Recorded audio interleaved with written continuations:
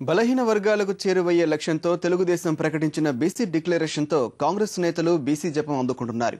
తాము సీట్ల కోసం పట్టుబడతామని చెప్పడంతో పాటు బలహీన వర్గాలకు కూడా ప్రణాళిక కావాలన్న డిమాండ్ను తెరపైకి తెస్తున్నారు.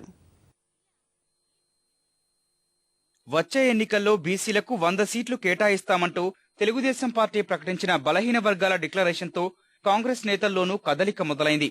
తమ పార్టీయే బడుగుల పార్టీ అని చెబుతూ వస్తున్న హస్తం నేతలు సీట్ల విషయంలో తాము అధిష్టానంపై ఒత్తిడి తెస్తామని అంటున్నారు. జనాభా ప్రాతిపదికన బలహీన వర్గాల వారికి టికెట్లు కేటాయించాలని అధినేత్రిని కోరతామని గాంధీభవన్లో జరిగిన కార్యక్రమంలో సీనియర్ నేత వి హనుమంతరావు తెలిపారు. మరో సీనియర్ నేత కె కేశవరావు మరో అడుగు ముందుకేశారు. 100 సీట్లు అంటున్నాడు. మేము కూడా తప్పనిసరిగా జనాభా ప్రాతిపదంగా మా రైతును కూడా మేము అడుగుతాం. సోనియా గాంధీకి చెప్తాం, అమ్మా ఇన్ని రోజులు మీరు ఎవరికి ఇచ్చిరో మేము ఊకున్నాం, కానీ ఇలా మాలో చైతన్యం పెరిగింది కనుక మాకు కూడా సరి అయిన ప్రాతినిధ్యం ఇవ్వాలని నేను తప్పనిసరిగా కేంద్రంలో ఫైట్ చేస్తాను.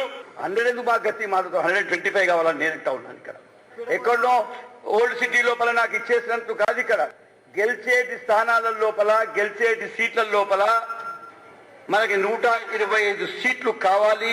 ఆ పట్టుబట్టి ముందుకు పోవాలని హనుమంతరావు గారికి కూడా చెప్తా ఉన్నాను నేను. అటు తమకు కూడా దళిత గిరిజనులాగే ప్రత్యేక ఉప ప్రణాళిక కావాలని కొందరు కాంగ్రెస్ బీసీ నేతలు ప్రయత్నిస్తున్నారు. ఇందుకోసం త్వరలో సమావేశం ఏర్పాటు చేస్తామని బీసీ సంక్షేమ శాఖ మంత్రి సారయ్య ఇదివరకే ప్రకటించగా ఎమ్మెల్యే భిక్షమయ్య గౌడ్ సహా మరికొందరు బీసీ నేతలు శనివారం ముఖ్యమంత్రిని కలిసి ఉప ప్రణాళిక కావాలని విజ్ఞప్తి చేశారు.